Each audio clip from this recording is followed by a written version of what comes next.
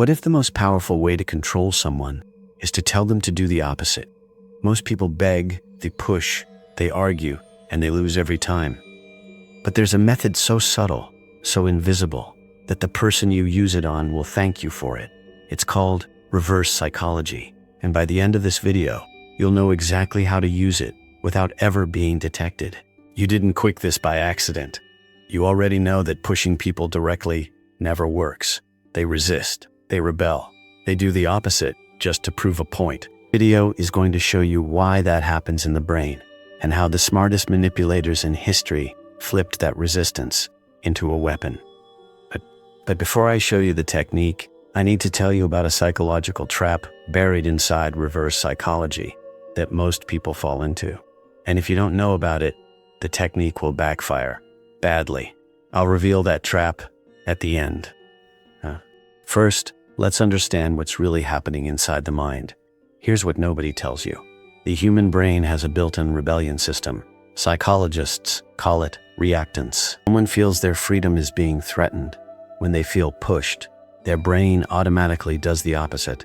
It's not stubbornness, it's survival wiring. And here's where it gets dark. The people who understand reactance don't push. They pull. They make you think you made the choice. They make you feel free while they hold the strings. This is the foundation of reverse psychology, not manipulation for the sake of it. Manipulation as architecture.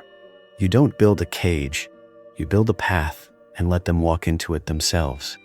Now, here's where most people get this completely wrong, and it's the reason their attempts at reverse psychology blow up in their face. The 3 levels of reverse psychology. Level 1, the obvious push. This is what amateurs do. Don't think about a pink elephant. It works on children. It fails on adults who've seen it before. If someone suspects you're using it, it's over. You lose credibility forever.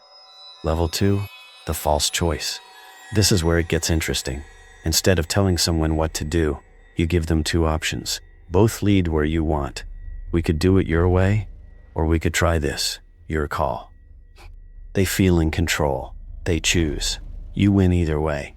This is what Machiavelli meant when he said, "A prince must never appear to force anyone. Make them choose their own chains." Level 3, the invisible hand. This is the master level. You don't suggest. You don't offer choices. You simply withdraw. You go cold. You become less available. You stop chasing and watch what happens. The moment you stop wanting something from someone, they start wanting you. Scarcity triggers reactance, and reactance makes them chase. No words needed, no manipulation visible, just absence doing all the work. Here's what makes us truly dangerous. Once you understand these 3 levels, don't want them to be said fine. Ralph says, you'll start seeing them everywhere. In advertising, in relationships, in politics. Every time someone tells you you probably can't handle this, that's level 1. Every time a salesman says, this offer is only for select people, that's level 3.